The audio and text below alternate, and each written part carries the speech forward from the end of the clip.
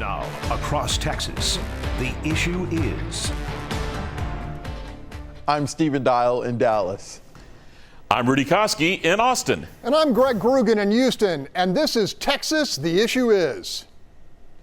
Last week, we talked to Texas Senator Ted Cruz. This week, we will hear from his opponent, Dallas Congressman Colin Allred. Allred knows it's an uphill climb, but he says he's ready to call Ted Cruz out for what he says is not working in the best interest of Texans. That on November 5th, we're going to shock a lot of people. You talked about shock. I don't think that shock can happen without the Democratic Party being energized and people turning out to the polls. Will a rematch of President Biden and former President Donald Trump make turnout low for Democrats, or do you think something may change in the next couple of months?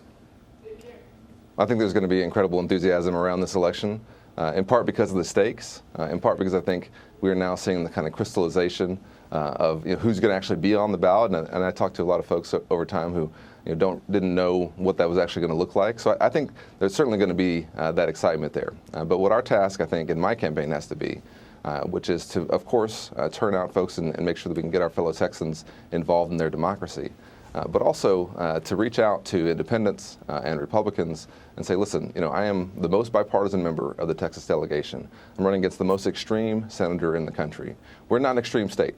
Our freedoms are at risk. We have to make sure we protect and restore those freedoms. Let's do it together. Let's build a broad coalition of Texans to reject an extremist like Ted Cruz. Democrats have not won statewide in decades. What makes you think this year is different? Well, I'm used to overcoming long odds, I guess you could say. I was raised by a single mom in Dallas. I was a public school teacher. Didn't seem very likely when I was growing up that I'd be here in this seat as a member of Congress. But also I got here by beating a long-term incumbent who nobody thought could be beaten. And what I recognize is that there are so many Texans out there who believe that it's time for us to have some fresh ideas and new leadership and to go in a different direction and not have a senator who's only cared about themselves. When you locked up the nomination, the senator's campaign rolled out an ad that said Democrats for Ted Cruz. Do you think Democrats are breaking with the party and siding with the senator? He's been proudly an extremist, and so I don't see any crossover here. And when I was in the NFL, we used to say, check the tape because the tape doesn't lie. And for Ted Cruz, the tape is very clear that for 12 years he's been an extremist. He's been a right-wing extremist. He's been proud of that.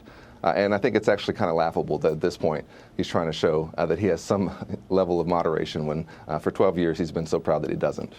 Let's talk about the border. It is definitely a priority for a lot of voters heading into November. I know you and some Democrats sided with Republicans when it came to trying to do something. That bill has not come up on the House floor, the bipartisan bill. Do you think Ted Cruz is wrong in opposing that bill? I do think that Ted Cruz is entirely wrong to oppose that bill, and I don't know why he refuses to help us secure the border. And to me, he's been pretty blatant that he wants to run on this issue in November. To me, that should be so offensive to every single Texan. We are impacted by this crisis at our border more than any other state. And to have a senator who has a chance to help us provide literally billions of dollars in border security funds, additional border security agents, additional immigration judges, additional personnel to speed up the asylum process, billions of dollars for our border communities as well. And to say no to that, because what you really want to do is talk about the chaos in the election when you could help solve it, to me, every Texan has to look at that very closely and say, is that really what we want in a United States senator? The House passed a bill that would ban TikTok if they did not divest from their Chinese parent company. You voted with the majority for that bill. Why do you think that is needed? Yeah, I really want to talk to Texans about this, and I hope that they can understand. I'm a member of the Foreign Affairs Committee, and the threat from our foreign adversaries is very real. And when you have such an influential app controlled by the Chinese Communist Party, it's a problem for us. It's a national security problem for us. And so what we're doing here is not banning TikTok. What we're doing here is saying that they must divest, that their ownership has to be separate, that this is a national security threat for us, and that this has to change. We've done this before with the other apps in the past. We've done this in other areas of our economy. Dallas Congressman Colin Allred on the offense. Rudy Koski, what's your one word? Congeniality. Greg, what about you? Stephen, my word is riptide, the political kind. All right, the Fox Texas Trio will be back after this break to discuss more.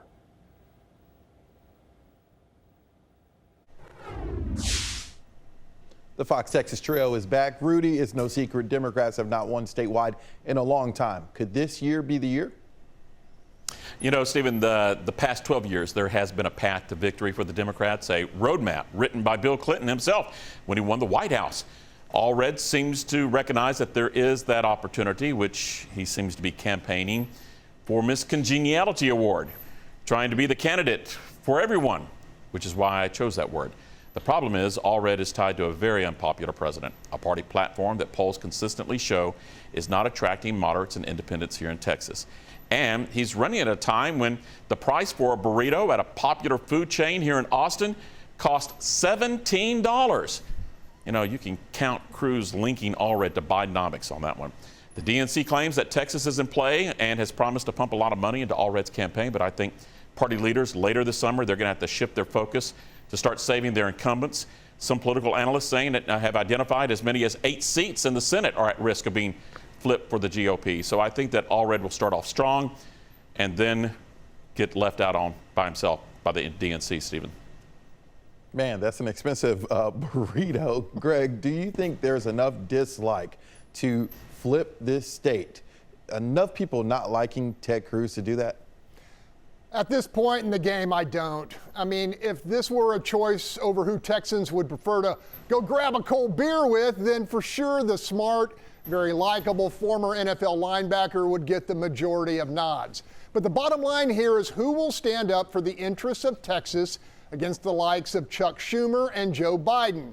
While Allred has shown some very limited willingness to cross partisan lines on issues like the border, I'm not sure a majority of Texans believe he'd continue to selectively buck his own party if elected. Allred's best hope, and Rudy talked about this, is to somehow convince the lion's share of so-called independents he will not be the in-the-bag for Biden upper chamber vote that Cruz claims he will be.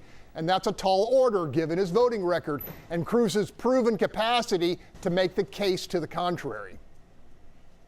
Now, the day after Colin Allred locked up the primary, the nomination for the Democratic Party, the Cruz campaign rolled out an ad from some current Democrats saying that they were breaking with party lines to vote for Ted Cruz. Rudy, is this just the people in that ad, or are Democrats really going to break for Ted Cruz? No, I don't think it's going to be a big in-run by the Democrats, to use an NFL term. So, no, I think that the congressman is right. I don't see a big jump of moderate Democrats, the blue dog Democrats going over there. You know, there's still maybe a few exist, but, you know, maybe they're going to stay home in November. And if that happens and an independent stay home, you know, it's going to be decided by which party base shows up in November. Cruz certainly has the numbers there, big advantage with more registered voters here in Texas on the rolls. Look what happened in the GOP Senate primary race that just happened. 2.2 million Republicans voting, while only 961,000 voted in the Democrat Senate race. That's a big, big hill to climb. November is certainly a different game, of course, and the GOP. In the last few big elections, they've been outplayed by the Democrats. Plus, the Texas GOP leadership here in Texas, they've spent the last few months burning a lot of bridges within their own party. So if moderates do show up, the economy, I think, will be the motivation, and that checkbox goes to Cruz. Greg, you'll get the last word on this. Democrats, some of them have been leaning more in when it comes to talking about the border. Colin Allred definitely trying to pitch to Texans that Ted Cruz let Texans down when it came to a bipartisan bill. Will that play with voters? It could, but Cruz will counter with 8 million reasons why the Biden-supported deal was bad. That, of course, is the approximate number of undocumented people who've entered the country on the president's watch, a number that would almost certainly continue to grow under the so-called compromise. I think Cruz knows that's unacceptable to a majority of Texas voters, and as we heard last week, he's more than ready to defend his opposition to a law which would permanently open the gates to a couple million mostly economic immigrants each and every year, especially if President Biden holds on to the White House. That's why I chose the word riptide, because that's what the border crisis represents for Allred. Very treacherous waters. Ultimately, the challenge for the challenger is to convince pragmatic voters Cruz voted against progress on a crisis. And that will never be addressed with a perfect solution. That's all the time we have. To see this episode or any of our past ones, go to our station's YouTube channels. And keep the conversation going by hitting us up on social media. We'll see you next week, and don't forget to let us know what you think the issue is.